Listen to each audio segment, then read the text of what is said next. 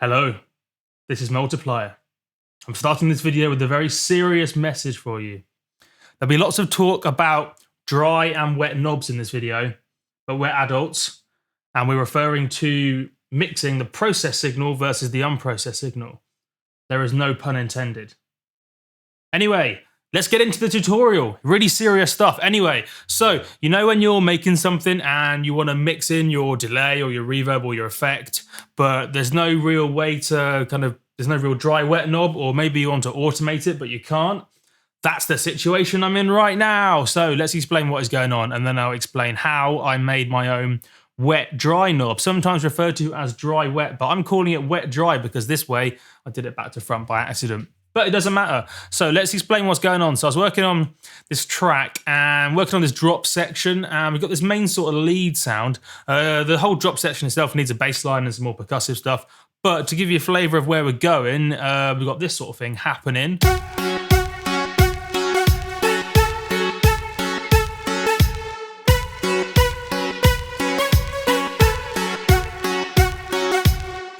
Pretty funkadelic. And so we've got this main lead sort of character which sounds like this.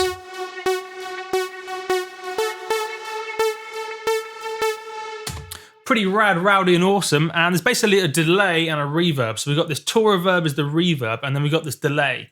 And this delay is kind of causing, well, it did cause a problem because I wanted to automate something, but I couldn't. Because basically we have if we open up Sigmund, which is a fantastic delay unit from the guys at D16, we have this kind of wet dry parameter here, which what I wanted to do was have it kind of a little bit dry, a little bit wet in fact, if I show you the automation, I'll tell you what's going on. So for like this section, I wanted it to be kind of slightly dry, slightly wet. And then for this last little kind of beat of the bar, I wanted it to be completely dry so that you didn't hear the delay, if that makes sense. So to kind of prove that, if I play the wet signal through, hopefully you can hear. So this is just the wet signal.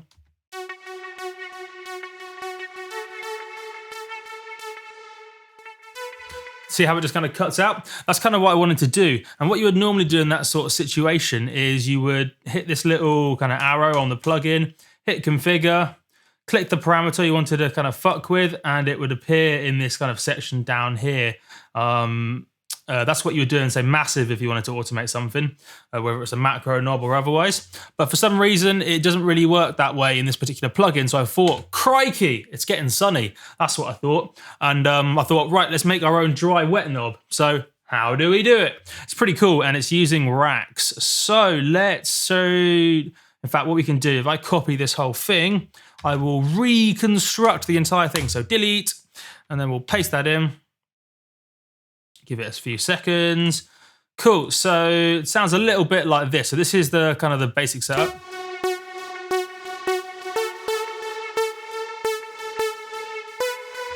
But then we want to kind of automate out that little delay for that little section. Now there's a few ways you could do it. You could kind of bounce it out as the wet signal on a second track, and then, or maybe use a return track. But I thought this kind of keeps it all in one track, and it's just a nice way of doing it.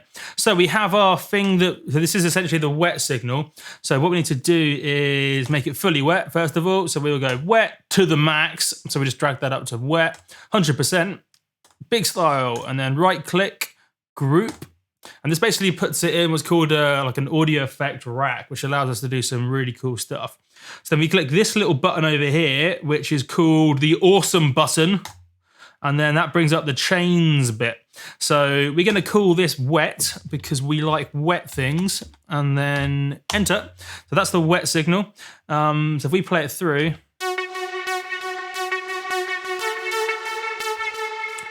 I'm pretty sure that's the fully wet signal. Yeah, that's the fully wet signal. So what we need to do is add in like a parallel layer for dry. So what we do for that is just right click, create chain. And then this is kind of one of the key bits. So see how we've got two layers? So we'll rename that Command R to dry, like the desert. So we have dry, which has no effects. See, it says drop audio effects here because we don't want anything there. And then wet, which is the thing, kind of like the wet signal, the fully wet guy.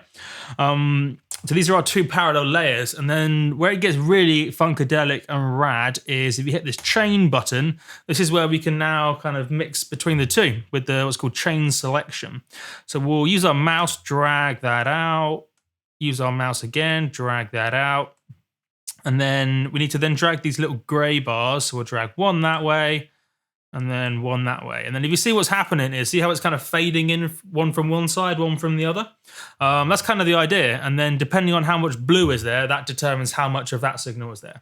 So if I kind of, and then this kind of orange dude is the dude that kind of determines the points. You got 127 kind of values. So as I move this kind of around, hopefully you can hear us move from the dry to the wet signal. So we'll start the dry on the right hand side.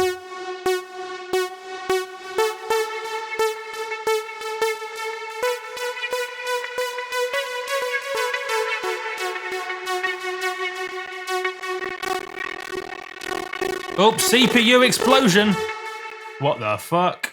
Right, calm down, CPU. I believe in you. Why are you up to 80%, 60%? Why are you so high? Right, okay, so that's basically the idea. Moves from dry to wet. And then what we can do, cool, CPU has calmed down. I got distracted by the CPU. Right, I should have turned Wi-Fi off. Anyway, so yeah, so this basically determines where we are in the dry wet. And then if we want to map that to a knob, no pun intended, click this little button over here. It's called the macro button, probably. Click it, and then you hit the map button, and then you can map anything in green. So we're going to map this guy. So we're going to click it, click map, click, and then we're going to get out of mapping mode, and then we're going to give this a name, and we're going to call it Skrillex. Actually, we're not. That's stupid. We're going to call it something more useful, like wet to dry. If we wanted to call it dry, the reason I call it wet to dry is because on the left-hand side, if you look at the little orange thing, it's fully wet, and on the right-hand side, it's fully dry. So as I move this knob around, it moves between the two. Pretty cool.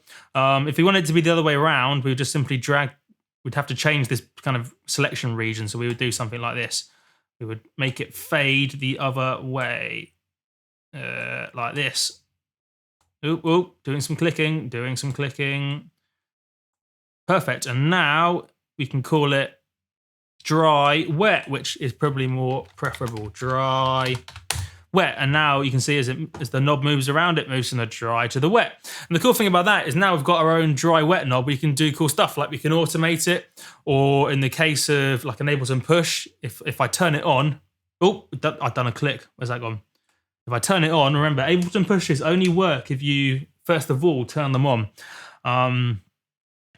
Cool. And then what you can do is once the audio effect track is selected, look at that. As I'm moving the knob, it's moving around. So I could do stuff like this, and it kind of varies between the dry and the wet. Pretty cool.